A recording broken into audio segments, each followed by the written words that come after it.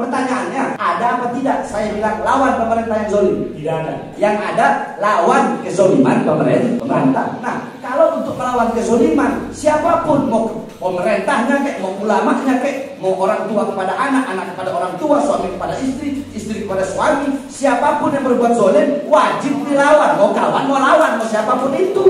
Woi, Anda bisa membedakan tidak melawan kezolimannya? Seperti begini, saya bilang sama Anda, Prof. Andika, saya benci dengan kelakuan Anda. Bukan tentu saya benci kepada Anda, tapi kelakuan Anda yang saya benci, perbuatan Anda yang saya benci. Bukan saya benci kepada pribadi Anda. Saya tidak menyuruh melawan pemerintah. Yang saya lawan kezoliman pemerintah. Jangankan pemerintah, bapak ibu saya aja kalau buat zolim saya lawan.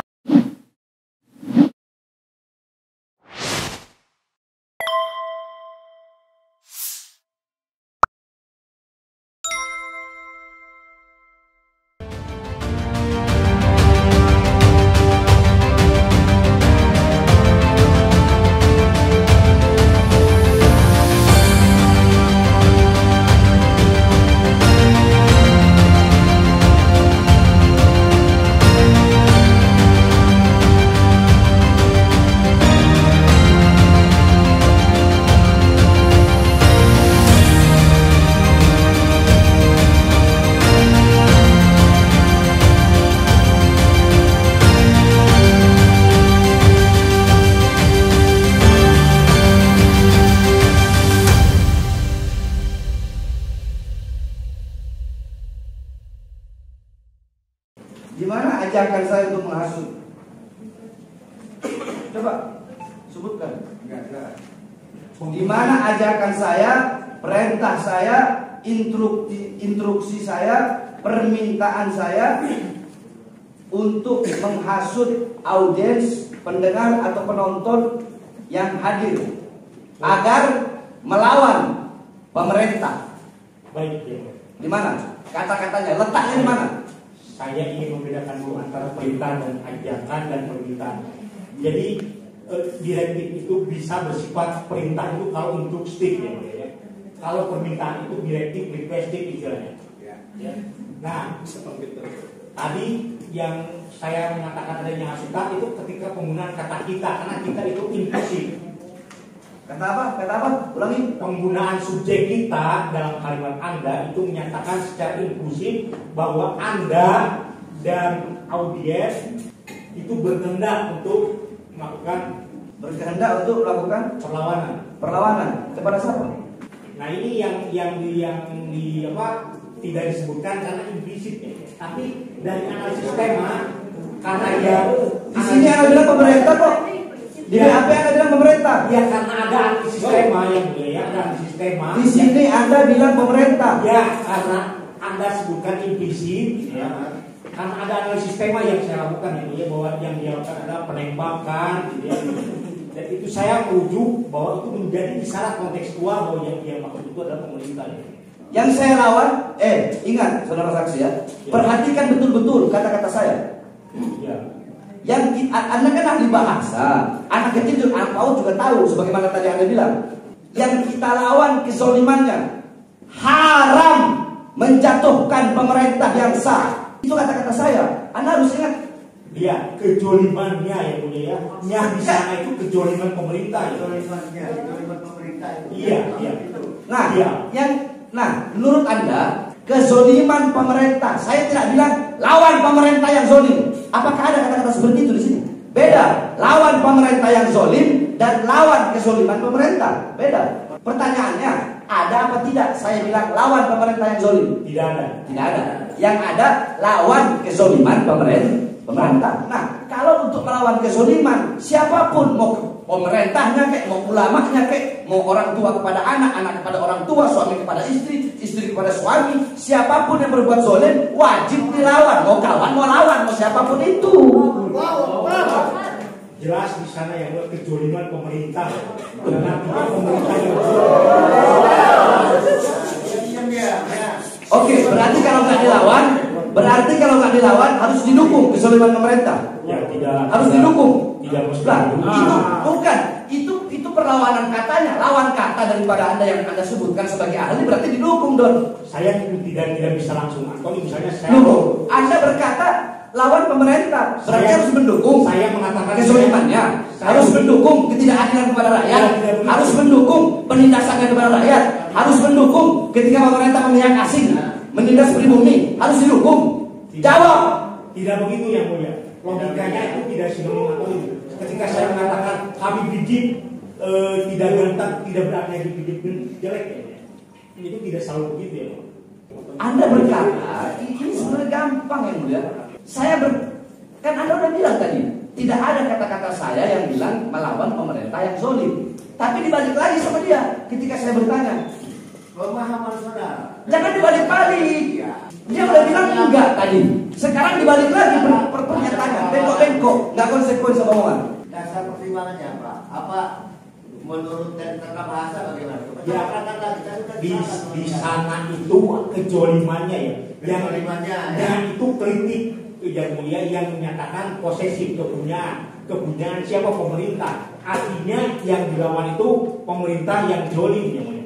Dan ini tidak. Woi, Anda bisa membedakan tidak melawan kezolimannya seperti begini. Saya bilang sama Anda, Profesor apa namanya? Prof Andika, saya benci dengan kelakuan Anda. Bukan tentu saya benci kepada Anda, tapi kelakuan Anda yang saya benci, perbuatan Anda yang saya benci. Bukan saya benci kepada pribadi Anda. Saya tidak menyuruh melawan pemerintah. Yang saya lawan kezoliman pemerintah. Jangankan pemerintah, bapak ibu saya aja kalau buat zolim saya lawan. Takbir! Anda kadang nggak mengerti. Ini gampang, bahasa gampang. Ada yang mulia yang silakan aja jawab nama seperti itu. Ya, bukan. Saya hanya menjelaskan di sana ada kasarnya. Ya. Iya, cuma penjelasan Anda ini putar-putar. Apa putar-putar penjelasan Anda bilang? Secara Tadi dia bilang yang mulia. Tadi dia bilang. Ketika saya tanya, ahli sebentar. Ahli ini ngomong. Tadi ketika saya tanya, dia secara bilang enggak. kekuasaan, hukumnya yang mulia ya.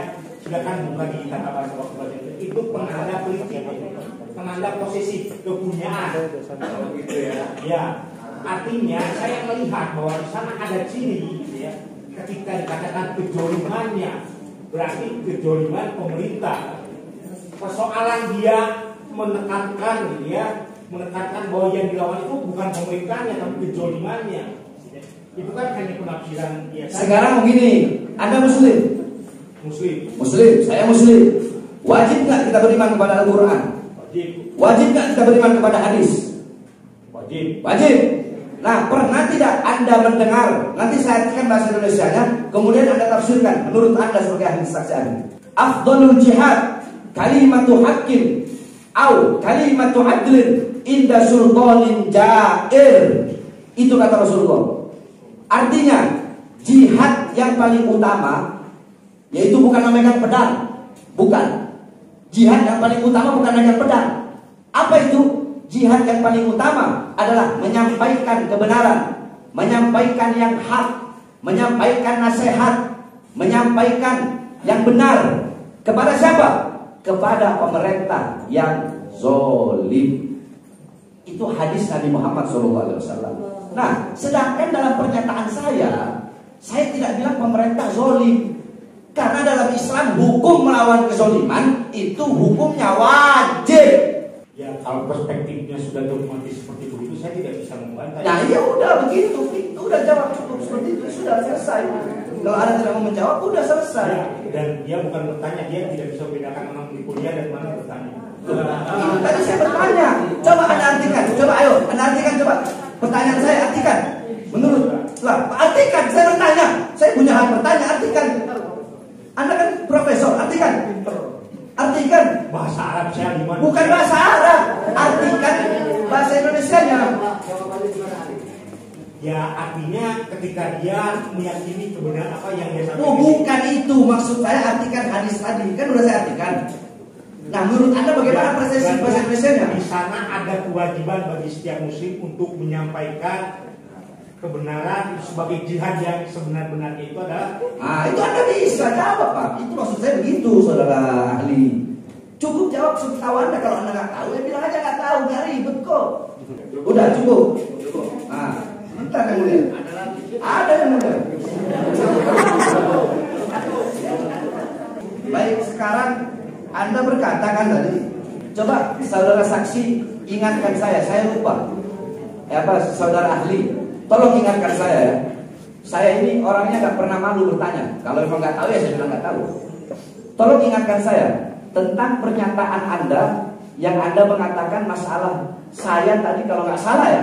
Anda berkata saya memberi pertanyaan yang sudah saya tahu sehingga tidak memberikan kesempatan kepada audiens untuk menjawab. Itu apa kata Anda tadi? Bahasa Inggris saya nggak ngerti soalnya implisit, positif, negatif, koronatif, prototitif, prototitif, nggak ngerti seperti itu.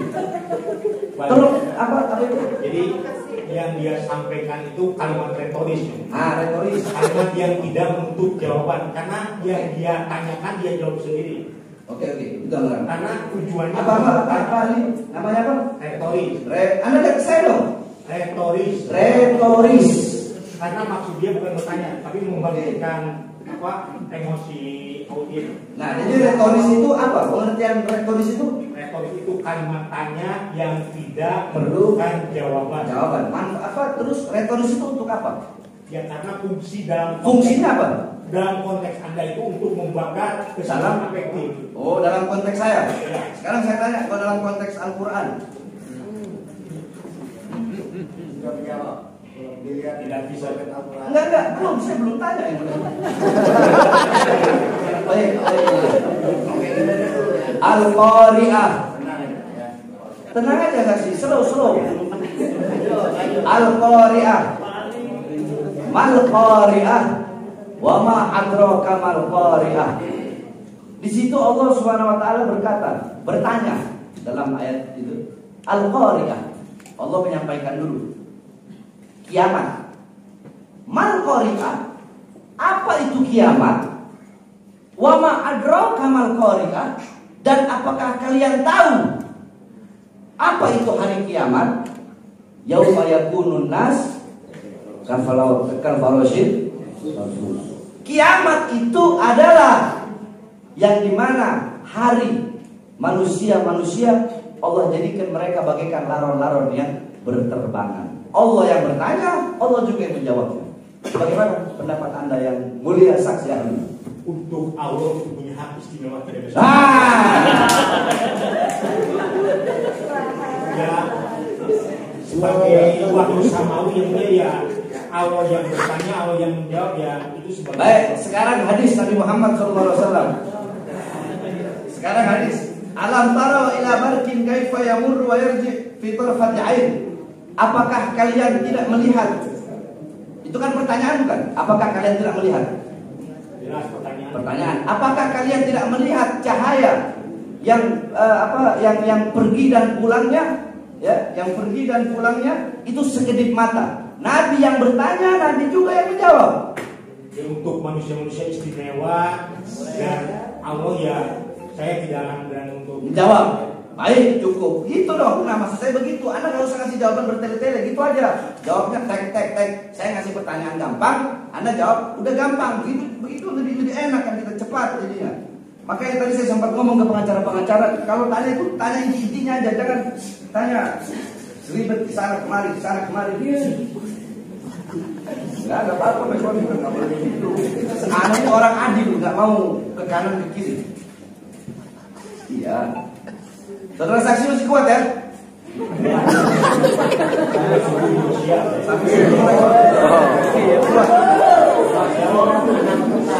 Anak tentara.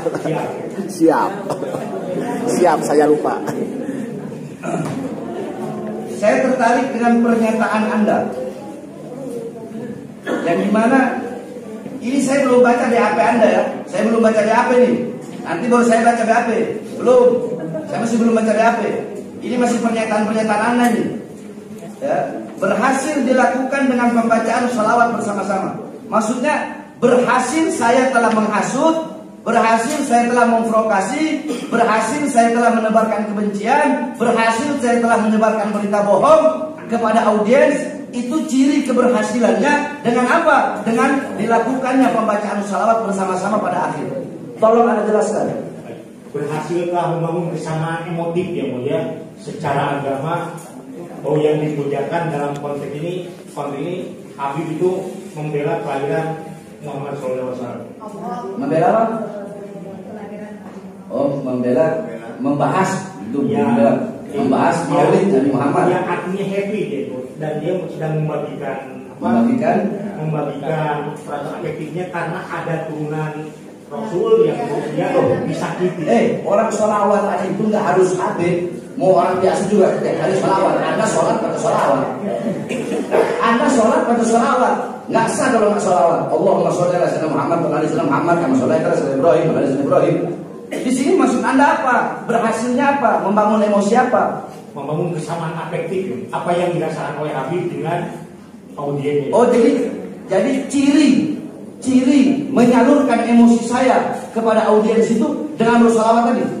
Dalam konteks memperingati kelahiran Nabi Muhammad, saya harus membuatkan tema itu. Oh, berarti cirinya dari situ. Ya, Dengan bersolawat. ya, Dengan bersolawat kepada Nabi Muhammad. ya. Oh, berarti ketika saya ingin menyalurkan emosi saya kepada Anda, itu dengan sholawat. Kesamaan emosi. Iya, kesamaan emosi. Kan dalam konteks merayakan Maulid Nabi, ya, dia berbicara. Saudara saksi ahli, sholawat itu tidak harus ada di Maulid Nabi.